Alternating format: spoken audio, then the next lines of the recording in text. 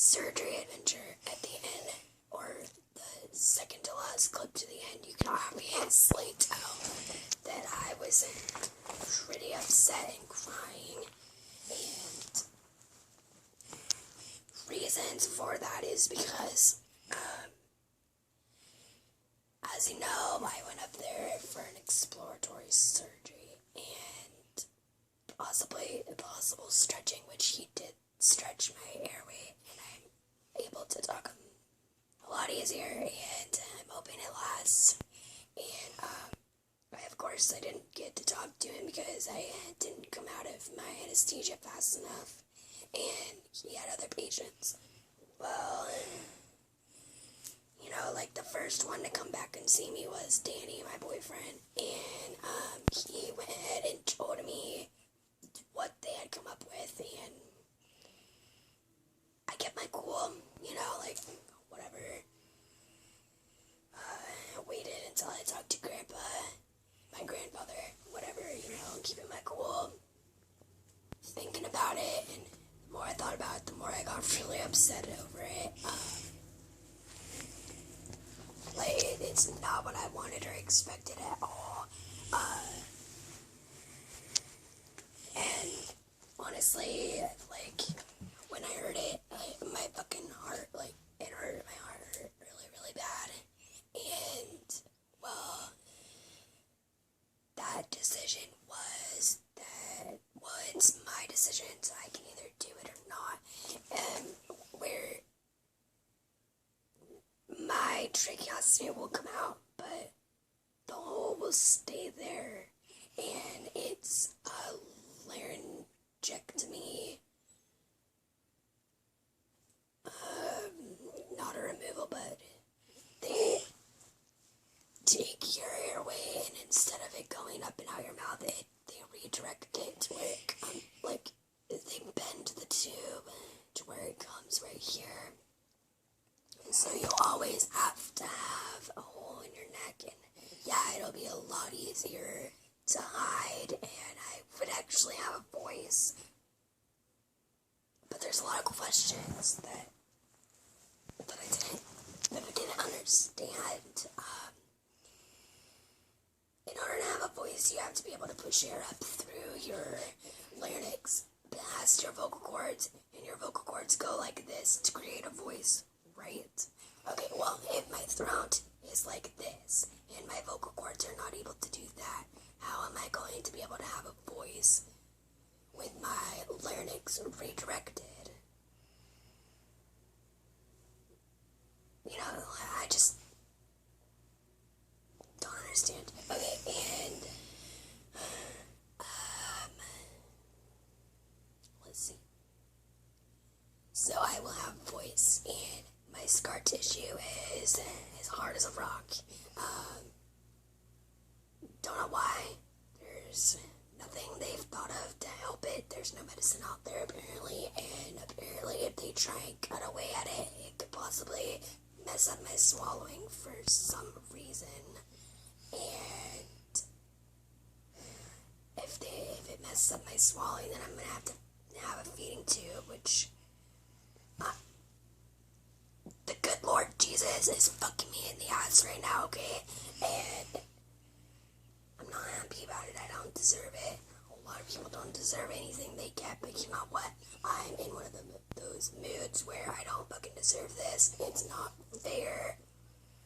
What the hell did I do to Karma to piss her off? So, the video, or the clip in my last video when I was crying, I couldn't help it. I cried right there in my hospital room, and you know, that's really, really, really sad for me because I don't cry. I don't cry, and I did cry in public.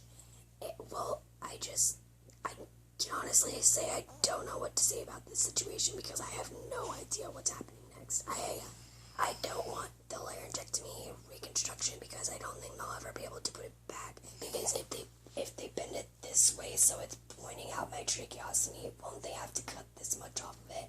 And if they do that, that means be able to fucking put it back up there if I wanted it back up there. And let's see. I don't mind not having a voice. I have a voice every time I come out of surgery. I have one right now. And you all better consider yourselves lucky because I don't do this at all. Okay, I'm gonna show you what my voice sounds like after surgery. Okay, so this is what it sounds like, and I sound like a complete man. Okay? When I was little, I used to say that I sounded like an old Mexican. And this is what it sounds like, and I don't like it, and there's a reason that I don't use it. And one, because it sounds really, really, really weird, and two, because most of the time when I use it for a long period of time, it rattles so much that it actually begins to hurt, and, you know, like, vibrations, and then I cough, and so every time I use it, I would cough, and I don't know why it's not doing it this time, but I probably will not continue using my voice unless it doesn't do that. And another reason I don't like to use it is because I really don't want to go through everyone being like, oh my god, you have a voice now, and it's just really annoying. But that's what it sounds like, and really, the only people that have heard it is my close friends and family, and now whoever sees this video,